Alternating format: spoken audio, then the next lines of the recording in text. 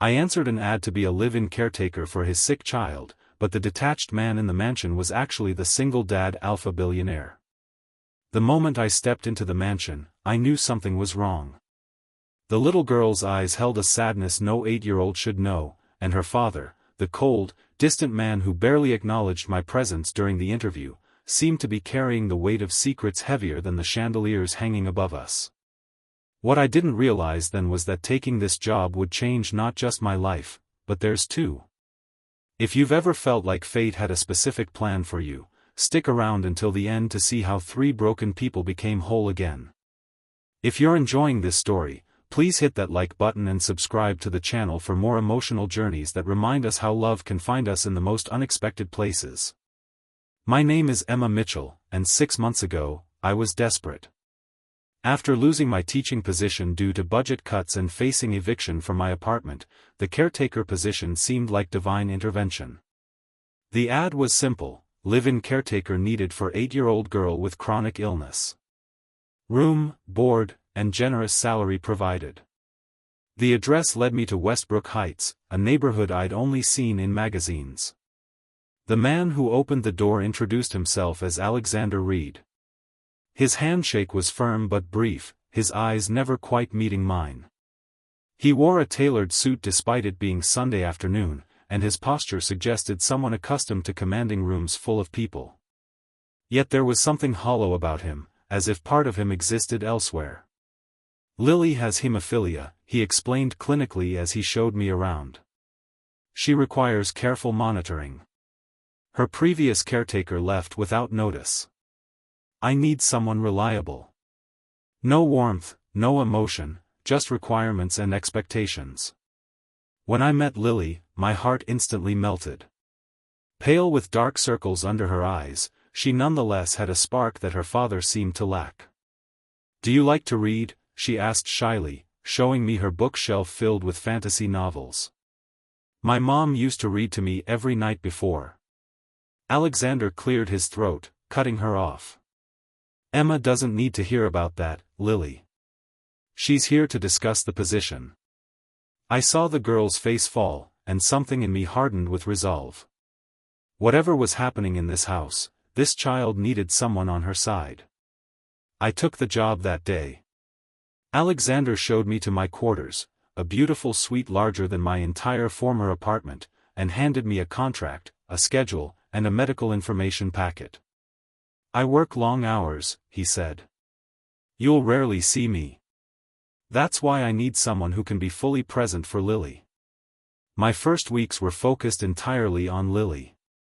I learned her medication schedule, the warning signs to watch for, and the emergency protocols.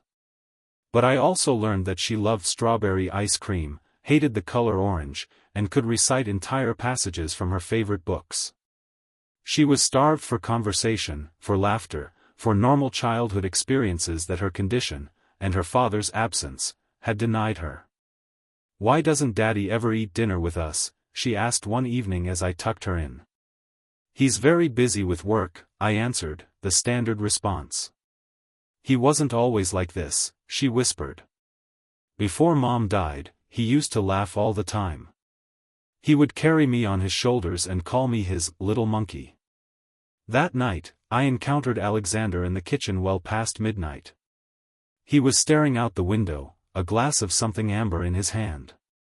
For once, his perfect facade had slipped, his tie loosened, hair slightly disheveled. "She misses you," I said, surprising myself with my boldness. He didn't turn. "I'm providing for her future.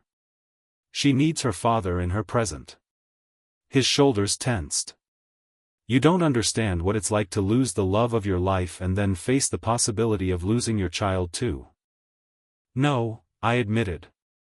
"But I understand what it's like to be a child who feels invisible to the one person who should see them most clearly." My own childhood flashed before me, my father burying himself in work after my mother left, his physical presence in our home a cruel contrast to his emotional absence. It was why I'd become a teacher, why connecting with children mattered so much to me. Alexander finally turned, really looking at me for the first time. "You speak from experience. My father was physically there but emotionally gone after my mom left. I grew up in a house full of silence. I hadn't planned to share this, it wasn't in my job description to psychoanalyze my employer, but something about the moonlight and the quiet house made the truth slip out. The next morning, I found a note on the kitchen counter, taking Lily to her appointment today. It was the first time he'd taken personal responsibility for one of her medical visits since I'd arrived. Small changes followed. Alexander began coming home for dinner once a week. He asked Lily about her day, awkwardly at first, then with growing interest. I would catch him standing in the doorway of her room while I read her bedtime stories, a complex expression on his face. One rainy afternoon, I found them together in the library. Alexander was showing Lily old photo albums, pictures of her mother, of their life before.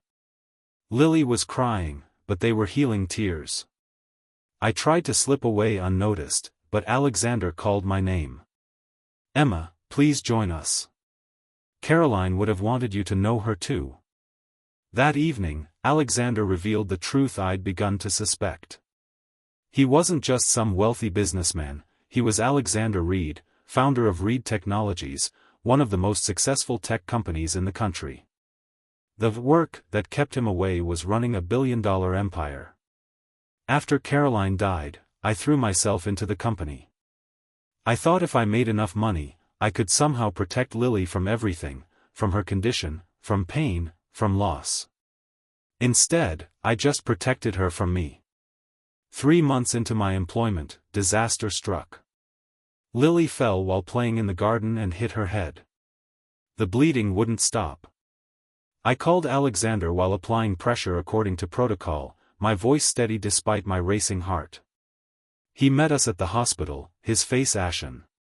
For 18 hours, we sat side by side in uncomfortable chairs, waiting for news. When exhaustion finally overtook me, I felt his jacket being placed gently over my shoulders. "I can't lose her," he whispered, thinking I was asleep. "And I can't lose you either. You've brought life back into our home."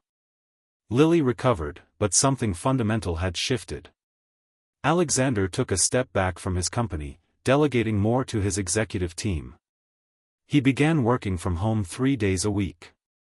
The mansion that had felt like a beautiful mausoleum slowly transformed into a home. On Lily's 9th birthday, Alexander surprised us both. He'd transformed the backyard into an enchanted forest, Lily's favorite book theme, complete with twinkling lights and characters hired from a theater company. As Lily ran from wonder to wonder, Alexander stood beside me. "Thank you," he said simply. "For what?" "For showing me what I was missing. For reminding me that no amount of success matters if you're not present for the people you love." I felt his hand brush against mine, then tentatively take hold. We stood that way, watching Lily laugh, our fingers intertwined. 6 months after I answered that ad, I'm still Lily's caretaker, but I've become something more to both her and Alexander. Last week, as we sat together helping Lily with a science project, she looked up at us and said, "We're like a real family now, aren't we?" Alexander's eyes met mine over her head. "I hope we're becoming one," he said softly. Life doesn't always give us second chances. Sometimes we have to create them ourselves, breaking through walls built of grief and fear. Sometimes healing comes from the most unexpected sources, like a desperate teacher answering an ad for a job that turned out to be so much more. This story is inspired by my own experience with a student whose parent was emotionally absent after losing their spouse. While I never became part of their family, I witnessed their journey toward reconnection, and it forever changed how I view the power of presence in healing broken hearts. Remember, the wealthiest people aren't those with the biggest bank accounts, but those rich in love and connection. Sometimes the most important job in the world is simply being there for someone who needs you.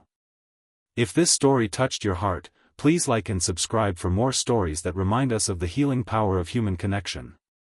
Share in the comments if you've ever had an unexpected encounter that changed the course of your life. I read every comment and would love to hear your stories too.